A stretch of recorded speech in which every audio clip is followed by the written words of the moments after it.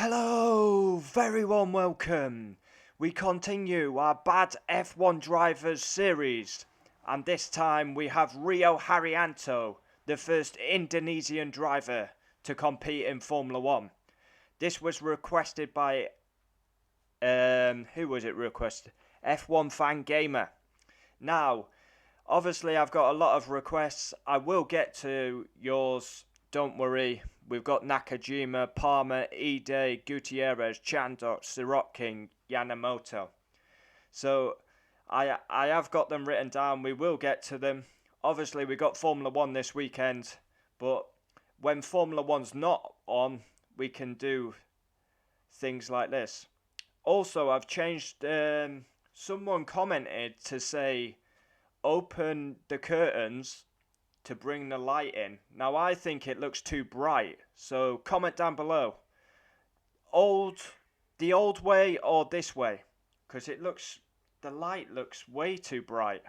I don't know how it's going to look. So anyway, let's get into Rio Haryanto, the first Indonesian driver to compete in Formula One, and still to this day. There's not been any more Indonesians. 12 F1 starts with Manor Racing, and then he got replaced by the Frenchman Esteban Ocon due to a lack of sponsorship, and Formula BMW Pacific champion. So, here we go. Gonna bring up Rio Haryanto.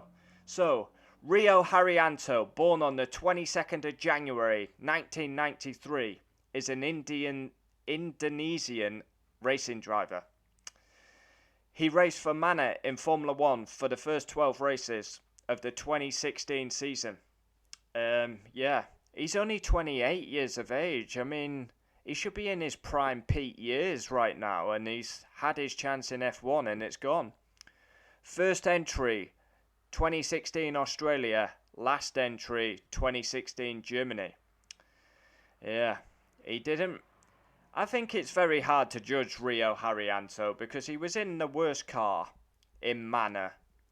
He was in a really bad car in Manor, and he only got 12 races, so you can barely judge him on the season, to be honest. I mean, 12 races to judge a driver, it's pretty brutal. But we can look at his past.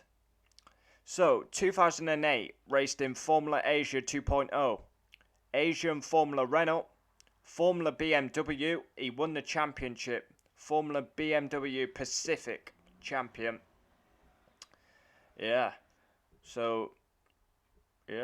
mean, you gotta give him credit, he won the championship his record, just looking at his record, he was the champion. He competed 15 races, won 11, 7 pole positions, 9 fastest laps. So he absolutely dominated that championship. Of course, we don't know the level of opposition, but 15 races and he was on the podium 12 times. That's pretty impressive. Then 2010 he went into GP3. GP3.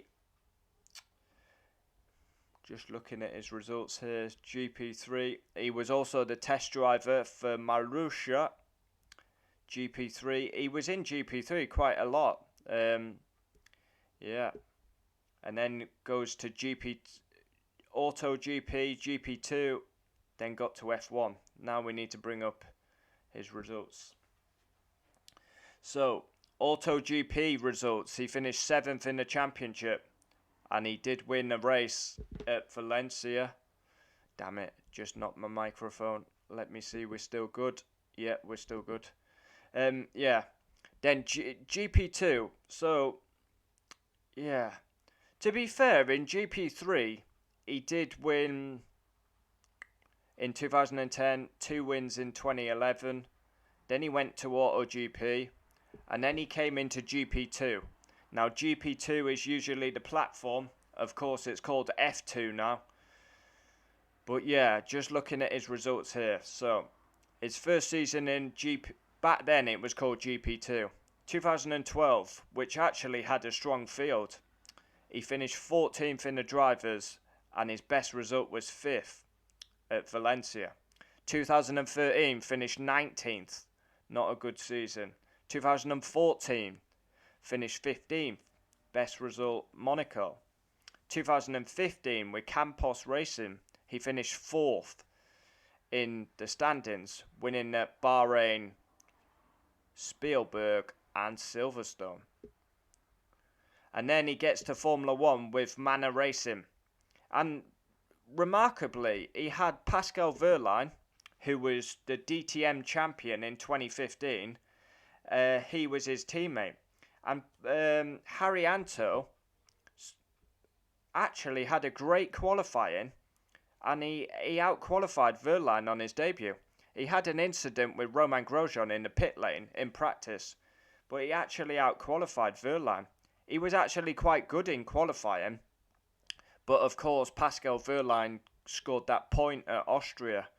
So Haryanto was actually probably a better qualifier than Wehrlein, but Wehrlein scored the points.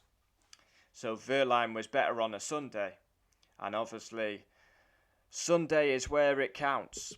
So yeah, Haryanto, I mean, he bit up and down, and then he lost his drive to Esteban Ocon due to a lack of sponsorship. Just on the 10th of August 2016, Manor confirmed that they were demoting Haryanto to reserve driver due to the lack of sponsorship. This was because the promised funds from Indonesia ministry had been blocked by Parliament. So a bit of politics. Esteban Ocon was announced as his replacement, and he's still on the grid today, Esteban Ocon. Of course, got that podium as well, didn't he, Ocon? Yeah. Just reading here. Haryanto was the only driver of the team not to make the 27 grid. Ocon and Wehrlein moving up to Force India and Sauber. I mean, it's not that long ago, is it? 2016. Crazy. So yeah, Rio Haryanto, his results are up and down, but you can't really judge him on his Formula 1 career because he only had 12 races. He has been a champion with Formula BMW Pacific, where he dominated the championship. Then he got into F1 in 2016, but he only had 12 starts, and he was driving for a very bad team, so hard to judge. But he can be proud of himself being the first Indonesian to get on the F1 grid. But like I said before, 28 years of age, he should be in the prime condition. And his racing career's like, well, he's not going to get back to F1. After F1, he did a bit of endurance racing. Blanchepin GT World Challenge Asia. How did he do in that? 31st, 12th, 9th. They're not great results, are they? Yeah, nothing to write home about, really. So yeah, Haryanto was always known as a smiley individual around the paddock, but yeah, I don't think you can call Haryanto a bad driver because he had a bad car and he only had 12 races. It's not a lot. And he didn't lose his seat to bad performances. He lost his seat due to the lack of sponsorship. And impressive in qualifying against Wehrlein, who is quite highly regarded. So, there we have it. F1 Fan Gamer wanted me to cover Haryanto, and we have. We have a busy week ahead as we have the Imola Grand Prix. And after Imola, we will continue with the bad F1 drivers as we have Nakajima, Palmer, Ide, Gutierrez, Karun Chandler, Sergei Sorokin, is it Sakan Yamamoto? Something like that. Yeah, I've got to say it's a good new feature